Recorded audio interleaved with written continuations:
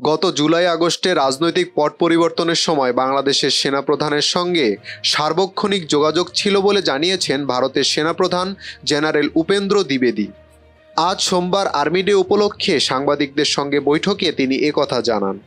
ভারতের সেনাপ্রধান বলেন, নভেম্বরে ভিডিও কনফারেন্সে বাংলাদেশের সেনাপ্রধান জেনারেল ওয়াকারুজ্জামানের সঙ্গে কথা হয়। এর আগে সামরিক ক্ষেত্রে দুদেশের মধ্যে যে সমন্বয় ছিল তা এখনও রয়েছে বলে এ সময় তিনি উল্লেখ করেন। এক প্রশ্নের জবাবে জেনারেল দ্বিবেদী বলেন, বাংলাদেশ আমাদের প্রতিবেশী। দেশটির খুব ছোট্ট একটি অংশ ছাড়া পুরো সীমান্ত জুড়ে ভারত। আমাদের একই সঙ্গে থাকতে হবে, একে অপরকে বুঝতে হবে। এমন কোনো কিছু করা উচিত না যাতে আমাদের সম্পর্কে নেতিবাচক প্রভাব পড়ে। তিনি আরও বলেন, বাংলাদেশ সেনাপ্রধান জেনারেল ওয়াকারুজ্জামান সম্প্রতি যে মন্তব্য করেছেন তা তুলে ধরতে চাই। তিনি বলেছেন, বাংলাদেশের জন্য কৌশলগতভাবে ভারত গুরুত্বপূর্ণ, আর উল্টাটাও ঠিক। কৌশলগতভাবে বাংলাদেশ আমাদের জন্য গুরুত্বপূর্ণ। আমরা প্রতিবেশী, আমাদের একই সঙ্গে থাকতে হবে।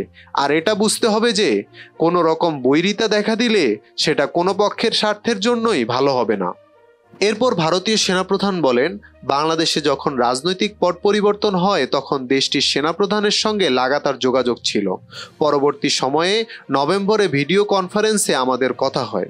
সামরিক ক্ষেত্রে দুপক্ষের মধ্যে যে সমন্বয় ছিল তা সেরকমই আছে। শুধু যৌথ মহড়া বর্তমান পরিস্থিতিতে কিছু সময়ের জন্য স্থগিত রাখা হয়েছে। যখন পরিস্থিতির উন্নতি হবে তখন তা আবার হবে।